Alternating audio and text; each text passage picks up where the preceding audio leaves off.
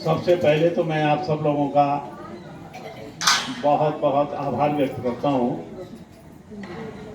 कि आपने पूरे समय यहाँ पर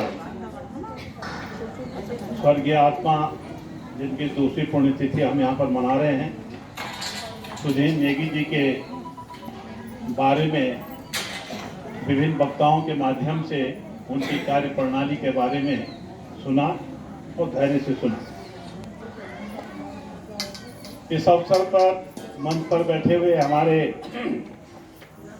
तमाम विद्वज्जन जो दानी तरफ हैं और श्रीमती नेगी जी जो महापौर जी हैं और सोनिया आनंद जी जो देहरादून से चलकर यहाँ पर आई हैं, खास तौर पर उन सब लोगों का भी मैं बहुत बहुत धन्यवाद करता हूँ कि आप लोगों ने बड़े सुंदर ढंग से उनके जीवन परिचय को, उनके साहस को, उनकी जीवटता को दर्शाने और बताने का प्रयास किया।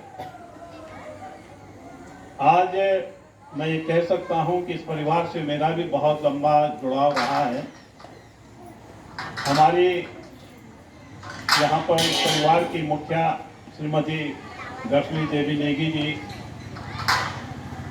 जिनके माध्यम से ये परिवार अपनी उन तमाम परंपराओं को, अपने उन तमाम संस्कारों को, क्षेत्र के प्रति की जो उनकी अवधारणा उनके परिवार की रही है, चाहे वो संघर्ष के माध्यम से अपने अधिकारों की प्राप्ति की हो, चाहे यहाँ पर सामाजिक जिम्मेदारियों को निर्वहन करने का जो एक संदेश इस परिवार के लोगों के द्वारा दिया जाता रहा है, उसके लिए मैं दर्शनी देवी जी का बहुत बहुत धन्यवाद करता हूं कि आपने ये संस्कार अपने बच्चों में बांटने का प्रयास किया। मैं इन बातों को इसलिए कर रहा हूं क्योंकि ये यहाँ पर एक पार्क है कि स्वतंत्रता संग्राम सेनानी गोकुल सिंह नेगी जी के नाम से स्थापित किया गया और आप सब लोग जानते हैं कि स्वतंत्रता संग्राम सेनानियों की एक बहुत बड़ी अहम जिम्मेदारी ही नहीं, उनकी कुर्बानियाँ, उनके त्याग, उनके परिवार के लोगों को जो प्रताड़नाएं उस समय सहनी पड़ी थी जब देश की आज़ादी में वो लड़ रहे थे, तो स्वाभाविक रूप से हम सब लोगों का एक कर्तव्य बनता है कि उनको नमन करते हैं और उनको निश्चित रूप से सम्मान की दृष्टि से हम देखते हैं। आज यहाँ पर प्रयास जो एक सपना था सुधींद्र जी का, और सपना हर व्यक्ति के पास होना चाहिए, खास तौर पर आने वाले समय के लिए। और जो वर्तमान में प्रदेश हमारे सामने है वो बहुत अच्छा नहीं है, खास तौर पर पर्यावरण को लेकर। और पर्यावरण अगर सुरक्षित नहीं है तो स्वाभाविक रूप से जीवन सुरक्षित नहीं है। पर्यावरण सुरक्षित है तो जीवन सुरक्षित है। पेड़ पौधों के माध्यम से पर्यावरण को बेहतर बनाया जा सकता है, उसके प्रति प्रेम होना बहुत आवश्यक है। कहते हैं जल है तो कल है और पेड़ है तो जल है। इस चीज़ को आपको समझना होगा। ये भी कहा जाता है कि अगर विश्व युद्ध कभी हुआ, हालांकि बहुत जल्दी जो है कई कारणों से ये होने की स्थिति में नज़र आता है, लेकिन जो विकट पूरे विश्व की समस्या बनने जाएगी कुछ समय के बाद वो है पानी की शॉर्टेज।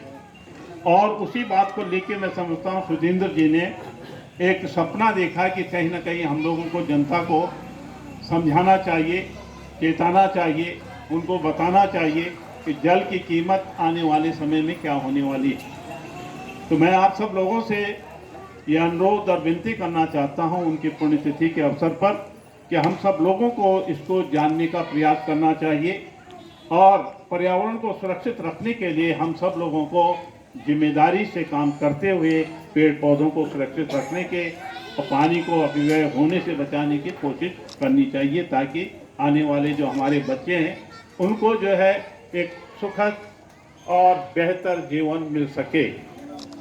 आज इस अवसर पर बहुत सारे मनीषियों को सम्मानित किया गया, ये एक अच्छा प्रयास था और इसीलिए शायद इस पत्रिका का नाम भी प्रयास था।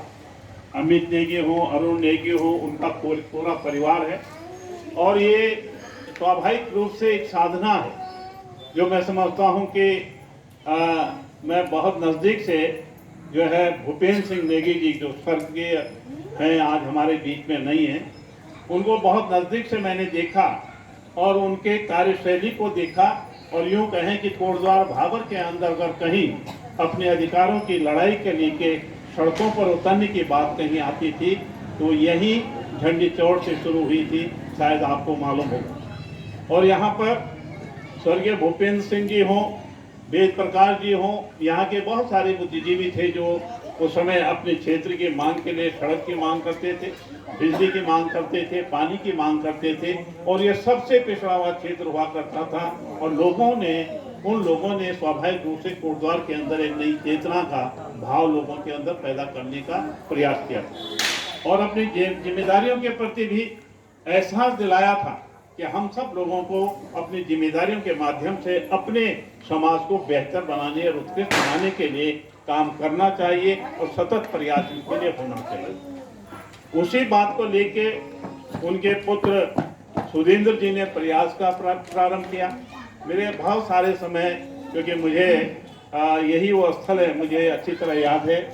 अब तो यहाँ पर काफ़ी कुछ परिवर्तन हो गया, इसका जीर्णोद्धार भी हो गया, शेड भी बन गया, पंप भी बन गया, ट्यूबवेल भी बन गया, मिलन केंद्र भी बन गया, बाराधार भी बन गया, इधर सारा कुछ बन गया। लेकिन उस समय कुछ नहीं हुआ करता था। मैं ये बताना चाहता हूँ, भूलिया जी पीछे बैठे हैं, तो यहीं पर एक छोटी सी गोष्ठी हुई थी और चंद्रमोहन सिंह नेगी जो हमारे क्षेत्र के विधायक भी थे, पहले उनके पिताजी थे, उसके बाद वो बने, उसके बाद वो पार्लियामेंट मेंबर हो गए। तो यहीं पर कुछ लोगों ने एक बात उठाई थी, दो लोगों ने, भूपेंद्र सिंह जी ने और हमारे वेद प्रकाश जी ने, कि अब आप पार्लियामेंट में चले गए, यहाँ का जनप्रतिनिधित्व आप किसको सौंपेंगे, कौन इस क्षेत्र का विधायक होना चाहिए।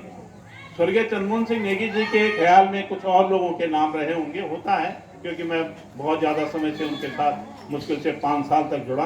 और उसके बाद ये फैसला उन्होंने कर दिया कि नहीं, यहाँ पर हम ये चाहते हैं कि इस व्यक्ति को आपको देना चाहिए।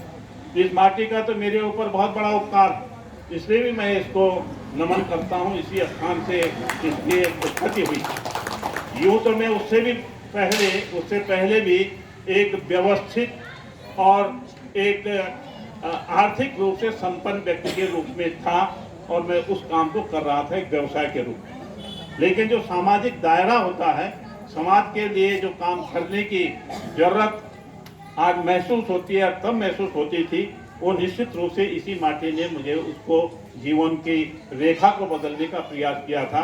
और मैंने भी कोशिश की, जिन बातों का जिक्र अभी यहाँ पर हुआ, विजय मेहरा ने बड़ी जोर से इन बातों को कहने का प्रयास किया, ये हमारे अंदर भी ठीक है, हम भी महसूस करते हैं। और यही बात जो है सुधींद्र नेगी से अक्सर, कभी वो मेरे घर आ जाते थे, कभी मैं यहाँ पर घंटों उनके साथ हम लोग बातें करते थे कि यहाँ ऐसा होना चाहिए, यहाँ वैसा होना चाहिए।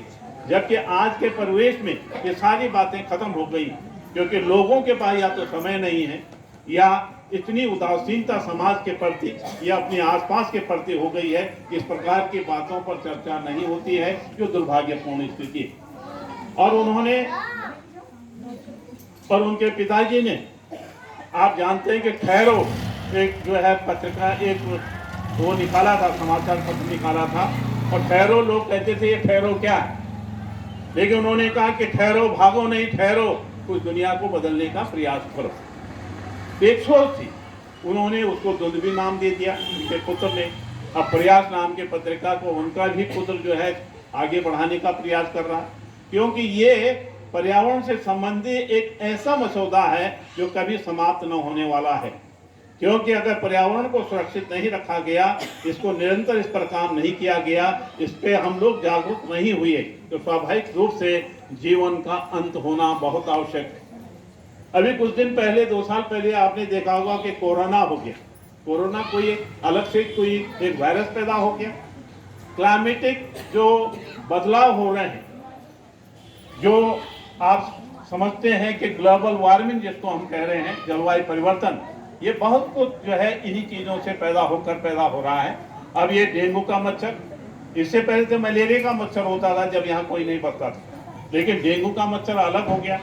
बहुत सारी चीज़ें जो पैदा हो रही हैं जो कहीं ना कहीं आपको हमको कमजोर कर रही हैं। तो ये जलवायु परिवर्तन का एक कारण है जिसको हम लोगों को समझना होगा, महसूस करना होगा। इसीलिए उन्होंने इस प्रयास को प्रारंभ करने का प्रयास किया था। मैं समझता हूं कि हर व्यक्ति, अभी बहुत सारी चीजें हुई कि साहब पुल नहीं बन पा रहा है, लेकिन एक चीज तो आपको एहसास करनी होगी, मुझे तकलीफ के साथ कहनी पड़ रही है। यहाँ पे बहुत सारे बुद्धिजीवी लोग बैठे इधर से उधर तक। मैं आपको बुद्धिता को जो है सलाम करता हूँ, सल्यूट करना चाहता हूँ, लेकिन एक समाचार पत्र में छपा, अमर उजाला या दूसरे तीसरे पेपर में छपा, करीब 15-16 तारीख को, इसी के 15-16 तारीख को, उस पर गौर करने की आवश्यकता है। सामाजिक दायित्वों के निर्वहन करने के लिए हम लोगों को गौर करना चाहिए कि क्या लिख रहा है। उसमें लिखा था कि जो पुल टूट गया है मालन नदी पर, उसकी डीपीआर बनाने की जिम्मेदारी जो है बीएचयू बनारस को दी गई। 13 जुलाई को पुल टूट गया और 14 अक्टूबर को न्यूज छपी है, यानी सरकार ने ये परमिशन दी कि उसकी डीपीआर बनाने की जिम्मेदारी कौन निभाएगा, या तो आईआईटी रुड़की करे या बीएचयू। उन्होंने कहा बीएचयू करेगा। सिर्फ इस काम के लिए सरकार के सामने 3 महीने का टाइम लग गया कि किसको इसको डीपीआर बनाने की जिम्मेदारी दी जानी चाहिए, यानी उसकी सहमति दी गई। 3 महीने का समय सिर्फ इस बात पे कि कौन इसकी डीपीआर बनाएगा। अब डीपीआर बनाने के लिए जब बीएचयू बनारस को दिया गया तो कितने महीनों में, कितने साल में बनाएगा, ये अलग बात, क्योंकि वहां पर अकेले जो है कोटद्वार के मालन के पुल को बनाने के लिए डीपीआर नहीं बन रहे। पूरे देश से जो है आईआईटी रुड़की आते हैं, पूरे देश से जो है तमाम प्रोजेक्ट जो है आपके बनारस में जाएंगे। तो मेरा ये कहना है कि हम लोग इतना जागरूक जरूर होना चाहिए। किसी भी व्यक्ति का किसी भी पेपर में किसी ने ये नहीं लिखा कि साहब ये आखिर सरकार क्या कर रही है, 3 महीने तक क्यों सोई हुई थी, क्या इतना बड़ा काम था कि ये नहीं पता कर पाए कि किसको अनुमति देनी है। तो मेरा ये कहना है कि अगर यही स्थिति रही, इतनी खामोशी रही, इतनी उदासीनता रही अपने बारे में, तो स्वाभाविक रूप से नुकसान तो कहीं ना कहीं हम ही को भुगतना पड़ेगा। तो मेरा ये कहना है कि स्थितियाँ, मैं इसीलिए उदाहरण दे रहा हूँ कि ये वही स्थान है जहाँ पर लोगों को ये सिखाया गया कि अपने अधिकारों के लिए सड़कों पर उतरना पड़ेगा, लेकिन नहीं उतर रहा है। बुलाते हैं, नहीं आते हैं। बहुत सारे लोग बहुत हर क्षेत्र में अलग अलग ढंग से काम कर रहे हैं, लेकिन आखिर इतनी उदासीनता, इतनी निष्क्रियता अपने ही बारे में क्यों है, ये सवाल हम सब लोगों को अपने आप से पूछना चाहिए। अभी सोनिया आनंद जी कह रही थी, बहुत अच्छी बात कह रही थी अपने बारे में कि मैं ये काम किया। मैं एक लाइन में सारी बातें उनकी कह देता हूँ कि इंसानियत इंसान को इंसान बना देती है। इंसानियत इंसान को इंसान बना देती है। अगर इंसानियत को अगर आगे से हटा दीजिए तो क्या बना देती है, ये आप पूछ सकते। तो ये इन्होंने ये करके दिखाया कि एक जहाँ पर जो है गंदा क्षेत्र था उसको पार्क में डेवलप कर दिया। तो ये इच्छा शक्ति है और यही इंसान का तकाजा ऊपर वाले ने अगर आपको और हमको भेजा है। तो इंसानियत के लिए, मानव धर्म के लिए, समाज के लिए, उसके बेहतरी के लिए काम करने के लिए भेजा है। उस पर हमको काम करना चाहिए। ये हम सब लोगों की जिम्मेदारी होनी चाहिए। अगर हम लोग ये कहें कि आप ये क्षेत्र सबसे पिछड़ा क्षेत्र है, अपेरेंटली तो हमने ये तैयार कर दिया कि ये क्षेत्र पिछड़ा है ही नहीं। किसी तरफ चले जाओ आपको हॉट मिक्स प्लांट से सड़कें बनी होंगी। आउटर रेंज पे भी सड़क बनी है। यहाँ पर भगवंत ग्लोबल यूनिवर्सिटी खोली गई। यहीं पे पहले प्राइमरी स्कूल भी नहीं था, हमने इंटरमीडिएट कर दिया। थोड़ा दूरी पे जो है डिग्री कॉलेज खोल दिया। इधर जो है ग्रोथ सेंटर खोल दिया। और अगर हमारी चलती तो मेडिकल कॉलेज भी यहीं पर होता। कर्णाश्रम का भव्य पर्यटक स्थल भी यहाँ पर होता। टाइगर सफारी भी होती। ये तमाम चीजें आपको लाखों लोगों को रोजगार देती। ये आपका विजन होना चाहिए जनप्रतिनिधियों का। अब रोजगार नहीं, पद से चिल्लाना तो सरकारी बोली नहीं, क्यों नहीं होता? एक प्रयास करने से कोशिश होती 87 में जब मैं पहली बार एमएलए बना 85 से 90 के बीच में, तो 4 ग्रोथ सेंटर स्वीकृत हुए थे यूपी में। वीर बहादुर सिंह मुख्यमंत्री, मैंने कहा जी 1 करोड़ में खुलेगा, खुल गया, बन गया, 10,000 लोगों को रोजगार मिलता था। आगे बढ़ते सरकार बदल गई, वहां 1,500 रह गए अभी। तो ये कहीं ना कहीं आपको हमको सोचना पड़ेगा कि अपने जनप्रतिनिधि से कैसे काम लेना है, और उसकी कला आपके पास होनी चाहिए। वो सिर्फ इसलिए नहीं है कि अपने शौक पूरे करें, बल्कि इसलिए होनी चाहिए कि आपकी जनता के परेशानियों को दूर करें, समस्याओं को दूर करें, आपकी महंगाई पर अंकुश लगाने का प्रयास करें, बेरोजगार लोगों को रोजगार उपलब्ध कराने का प्रयास करें। चलिए, ये तो लंबी फेहरिस्त है, ये हम लोग बोलते रहते हैं, लोग भी एक कान से सुनते हैं, दूसरे कान से निकाल देते हैं। होना भी चाहिए, अब क्या करें मजबूरी में। अगर इसको यहीं रुकेंगे तो पता चला कि यही जो परेशानी हो गई, ये इतना ब्लॉक हो जाएगा। तो ये कम से कम एक सरलता है कि इधर से सुन लो भाई, उधर से निकाल दो, छोड़ो, जो बच जाएगा तो देख लेंगे। लेकिन आज इस प्रयास के दौरान आपका ये प्रयास बहुत अच्छा रहा कि आपने भाई दौलत सिंह गोसाई जी को यहाँ पर सम्मानित किया, भाई कमल सिंह जी को भी सम्मानित किया, एक बहन जी का नाम मैं भूल गया, वो हाँ ढोंडियाल जी, तो खैर मैं आ ही रहा था उनके, बहन जी को, उनको सम्मानित किया। इन लोगों को वास्तव में समाज के अंदर बहुत बड़ी जिम्मेदारी से इन्होंने अपने विभिन्न क्षेत्रों में काम करके दर्शाया, और यही प्रेरणा हमारे नौजवान साथियों को, आने वाली पीढ़ी को देगा कि यही अनवरता बनते रहेगी तो आगे भी लोगों के अंदर कुछ आगे बढ़ने की कोशिश और क्षमता बढ़ती रहेगी, ऐसे हम उम्मीद करते हैं। इसके लिए तमाम लोगों को, जिनको यहाँ पर जिम्मेदारी से बड़े सम्मान के ढंग से उनको सम्मानित किया गया, उनको बहुत बहुत बधाई देना चाहता हूँ, और उम्मीद करता हूँ कि आप अपने इन कार्यों को और आगे बढ़ाने का काम करें, ताकि लोगों के अंदर थोड़ा सा चेतना जगाने का प्रयास अगर करेंगे तो इससे हम सारे समाज को निश्चित रूप से लाभ होगा, ऐसी मैं उम्मीद करता हूँ। इस बीच में यहाँ पर पार्षद जी हैं, राकेश बिल जी, चौहान जी हैं, अमित नेगी जी हैं, और जो सुबह दिन बड़े लगातार बड़ नोटियाल नाम पे बोली तो बुनोटियाल जी हैं। आप सब लोगों का धन्यवाद। मेहरा जी आप व्यस्त हैं, खुकरेती जी, कमल जी और बहन जी, मैं आपको धन्यवाद करता हूँ और शुभकामना देता हूं कि आप स्वस्थ रहें, सुरक्षित रहें, दीर्घायु हों, और आपके पद चिन्हों पर पूरा परिवार आगे बढ़ता रहे। इन शब्दों के साथ तमाम लोगों का बहुत बहुत धन्यवाद करता हूं। एक बार पुनः सुधींद्र जी को नमन और श्रद्धांजलि अर्पित करता हूं, और आप सब लोगों का भी धन्यवाद करता हूं कि इतनी देर तक आप लोगों ने हमको झेला, इतनी देर तक आपने हमें सुना, लेकिन थोड़ी सी जो है चंद लाइनों से सोनिया आनंद जी ने आपको गुदगुदाया, आपकी वो थकान भी दूर हुई, वो कुछ न कुछ जो स्वाद की चीज़ें हम बोल रहे हैं उसको स्वाद बनाने का उन्होंने प्रयास किया। एक बार पुनः लालधान रोड का भी बोला, देखिए जी, लालधान रोड पे बोलेंगे तो बहुत लंबा हो जाएगा, थोड़ा सा यही है, ये बननी चाहिए, बनाने वाले की इच्छा होनी चाहिए। जहाँ तक अगर कोई कहता है ये सुप्रीम कोर्ट में उलझा हुआ मामला है, ये उलझा हुआ नई सड़क के लिए है। देखिए, स्टेट वाइल्ड लाइफ ने इस सड़क को, जब हरीश राव जी मुख्यमंत्री थे, उससे पहले बहुगुणा जी मंत्री थे, तो हम लोगों ने स्वीकृत करवाया था, स्टेट वाइल्ड लाइफ बोर्ड से भी, नेशनल वाइल्ड लाइफ बोर्ड से भी स्वीकृत करवाया, और इसमें 2 पैटर्न की सड़क बननी थी। एक तो बननी थी आपकी यही, और दूसरी बनती थी एलिवेटेड रोड, फ्लाईओवर, ताकि जानवर नीचे से जाएं और ऊपर से जाएं। दोनों के ही एस्टीमेट शासन में लंबित हैं। चलिए, वो भी किसी कारण से रुक गई, फिर हमने इसको स्वीकृत किया। एक नई टेक्निक है हमारे यहाँ गांव में, कहते हैं कि पहले तो लाटे की बाणी को, लाटे को अपने साथ जोड़ने का प्रयास करो, उसको अपने समझाओ, नहीं तो लाटे की ही बाणी चलो।